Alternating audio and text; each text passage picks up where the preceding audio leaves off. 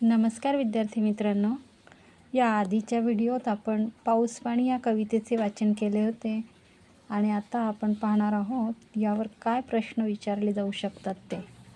तर बघा, प्रश्न असा विचारला जाऊ शकतो, टपटप थेंबांनी काय साचले?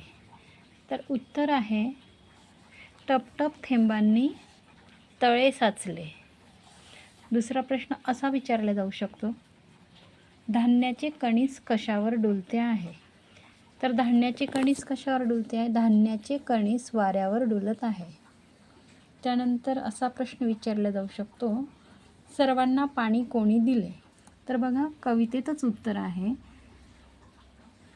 पावसाने दिले सर्वांना पाणी, म्हणजे सर्वांना पाणी पावसाने दिले. त्यानंतर असा प्रश्न विचारला जाऊ शकतो, आनंदाने कोण डोलते? उत्तर, सर्व प्रश्नांची उत्तरे आपल्याला कवितेतच मिळणार आहेत. तर बघा, आनंदाने कोण डोलते? हिरवी धरती आनंदाने डोलते. त्यानंतर शेतकरी कोणती गाणी गातो? त्याचं उत्तर असू शकतं, शेतकरी गातो पावसाची गाणी.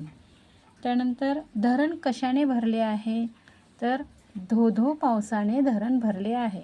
तर अशा प्रकारची प्रश्नांची उत्तरे या कवितेवर विचारल्या जाऊ शकतात.